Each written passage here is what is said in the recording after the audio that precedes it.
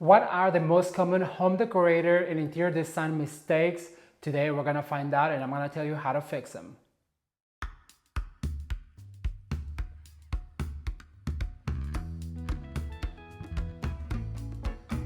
Hello everyone, I am Ramon. Welcome back to Ramon at Home. I'm an interior designer, decorator, and DIYer who wants to help you make your home your favorite place on earth. So if you're new to this channel, please consider subscribing. And I want to start by thanking you, the new subscribers, because we're now 37,000 strong here at Ramon at Home, and I could not be happier. So today's video is super fun. We're gonna dive into the top 8 decorating mistakes that we all make, how to avoid them to save us some money. These are mistakes that I myself am guilty in past homes, this home, and all of the jobs that I've done, but it is my job to let you know how we can correct it so we don't make them again and we learn from them. So mistake number 1 is that we all seem to buy the wrong size of furniture for our homes. Either they're too small or too big. So how I fix that problem is by actually drawing out a floor plan for my customers, and I like to cut out the pieces of furniture to size. That way I know what pieces of furniture and what sizes I can put into those rooms, so that way it looks at scale. Nothing wrong with having a small room with really big furniture or a big room with tiny furniture. So the very first thing we need to do is size down if it is too large, or size up if it is too big. And also moving the furniture around. If you guys know, I am doing a home makeover to my home right now, and moving the furniture around really will help you also give the room some scale. So let's all just buy the right piece of furniture for the right room, and you can fix that by doing a floor plan to your home. If you guys also don't know, there's plenty of apps that you can download on your phone where you can just draw a floor plan by putting the measurements of your room in it, and then that way you know what pieces of furniture you need to buy to make your room look at scale. So that is mistake number 1, and that's how we can fix it. All right, you guys, so I like this configuration, but like I was telling you, I feel like it is blocking the entryway right here because we're gonna have a desk right over here, and I don't want it to just have this pathway because it is about 24 inches, about 2 to 3 feet. So as you can see, if we do this, the coffee table is way too close to the sofa, and if we move it forward, it's gonna be way too close to the TV. So I don't want it to bump. I wanna have some room to walk when I get off my sofa, and then also I wanna have some room to walk behind the sofa. So what we're gonna do is we're gonna set up another configuration, and I will explain to you why it works better. Mistake number 2 is hanging artwork either way too high or way too low. The proper way to hang artwork is at eye level. So at 6 foot, when you stand in front of a picture, it has to be right at your side. And we want to say 6 foot because most people are between 5'8" and 6'3", so that way it's at eye level for everybody, and then also will look proportionate on your wall. So that is the right way to hang artwork. And if you're gonna have a sofa and artwork behind it, I would give it another 8 inches from the bottom of your sofa to where the first picture is. And if you're doing a gallery wall, I always recommend about 2 inches between pictures, and that is the right way that you can hang artwork, and it will look beautiful, and that is the way you fix that problem. All right, everyone, so I just want to point out this little piece of artwork that we have in our eating kitchen. As you guys can see, the wall is rather small, and therefore I really wanted something that was more of a statement and that uses most of the wall. However, it is at eye level. What I mean by that is when I stand in front of it, the main part of the picture is at my eye level. If this picture was to be moved up, then I would be looking at the bottom of the bottles instead of looking at the main part of the picture. And if it was to go down, then I would be looking at this top of the bottles, so you miss the whole picture. By having it at eye level, do you really appreciate all of the picture, and it just draws your eye to it automatically, and you get to enjoy that piece of artwork. All right, everyone, this is the most common mistake we all as decorators and designers do, and that is hanging our drapery way too low.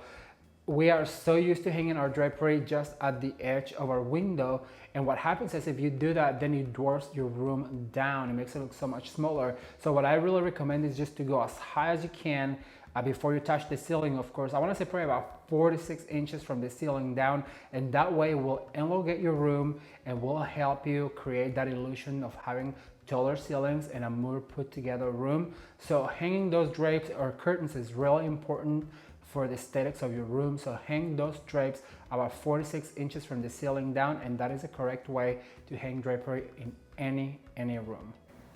Alright everyone, so I wanted to show you, this is exactly what happens when your drapes are hung way too low. As you guys can see, there's plenty of space on this drape to go up, and I'm gonna go down and show you what happens with the drapery panel. It's all bustle at the bottom, and we are going to correct that because it literally is just layer on the bottom. So let me fix it, and I'm gonna show you what this drapery panel looks like in the right way. Okay, so as you guys can see, I went up about 5 to 6 inches, and now the drapery panel can barely touch the bottom or the floor, and that is how your panels should look like. It is a super quick fix. It took me nothing but 3 minutes to raise those hooks in the bar up, and now it's properly done. All right, you guys, so mistake number 4 is shopping for the wrong accessories. And we are all guilty. Raise your hand and hit the like button if you are guilty of shopping by the trends. I absolutely do not go with trends because trends come and go, and then you're left with a whole bunch of things that were trendy at one point, but they do not really go with the aesthetic of your home.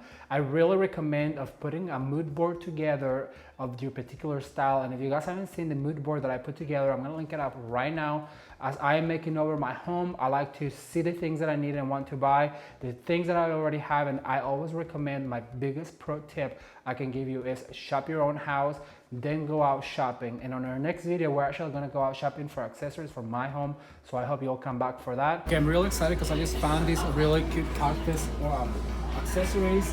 They are 3 different styles of them, and I absolutely love them. The set of 3 are $14.99, so this is also something's gonna come with us. And you love them. Love it. Alright you guys, so walking around, I found yet another one. This one's only $5.99, and I also love the stripes. I think it would give it a really contemporary feel to the patio with the one cushion. So we're gonna also look for this one, and let's go look for more. But shopping for the wrong accessories you'll spend so much money, and then you're gonna end up with things just on your garage, on your basement, on your attic, things that you really didn't need but they were trendy at the time. So the worst thing you can do is shop for things that you think that you need when you don't. So save yourself some money, do some research, and shop for the things that you really need in your home and that will make your home look timeless, elegant, and beautiful. All right, everyone, so I wanna show you some of the items that I purchased a long time ago that I bought because they were trendy, like these glass bottles that were part of the very popular farmhouse style decor, and I couldn't contain myself. I bought a pair of them, and now I'm just left for them.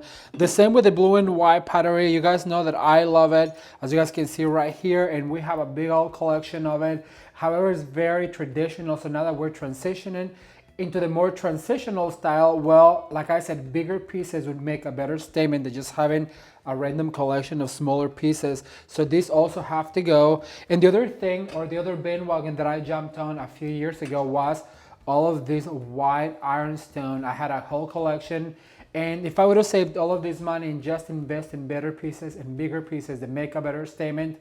So I just wanted to show you some of the trends that I purchased, and now I'm just left with them. Our next mistake goes along with shopping for the wrong accessories, and that is over-accessorizing. And I am the most guilty about this particular mistake. I thought that the more was more, but it is true what they say, less is more. To me, what I understand now as I develop my style is that bigger pieces and statement pieces are better than just having a collection of little things. There is nothing worse than walking into a room and it is cluttered with things. And like I said, I'm guilty. I know, you guys know I have way too much thing. As a result, I actually given all of my blue and white pottery to my mother because we're gonna do a makeover in her living room, and she loves it so much. And I have so many. That doesn't mean that I will not have some in the future. However, I'm looking for a bigger ginger jar with a blue and white pattern that you guys know I love so much. So bigger statement pieces replace smaller collections. So if you are over accessorizing, stop, save yourself some money by doing that, buying bigger pieces, statement pieces, and let me tell you, it will look more beautiful than having a collection of random little things everywhere in the home. All right, everyone, so my last mistake that I think we all make is trying to decorate for somebody else. The truth of the matter is that this is your home, this is your style, and as long as you love it, it will work for you. It will work for your family, and your friends and family will love it because you love it, and because you put it together, and because you bought it because you fell in love with it. Stop buying things that you do not need just because they're trendy, and trust me, they will come and go. So if you love a statement piece, buy it, invest your money in that statement piece, and your home will look more put together and even more elegant and beautiful. All right, everyone, well, that's all I have for today, and I really hope you enjoyed this video. Please leave me a comment down below and let me know what is the biggest mistake you have done in decorating your house. I really want to know. I love and enjoy reading your comments because I am learning from your guys' advice that you leave down below. Thank you guys so much for watching. If you're new to this channel, please consider subscribing, and don't forget to turn the notification bell on for future decorating ideas. And if you have not seen the start of the makeover when we move the furniture around and explain the layout, I'm gonna link it up, or you can watch more videos right now. Thank you guys, and until next time, bye.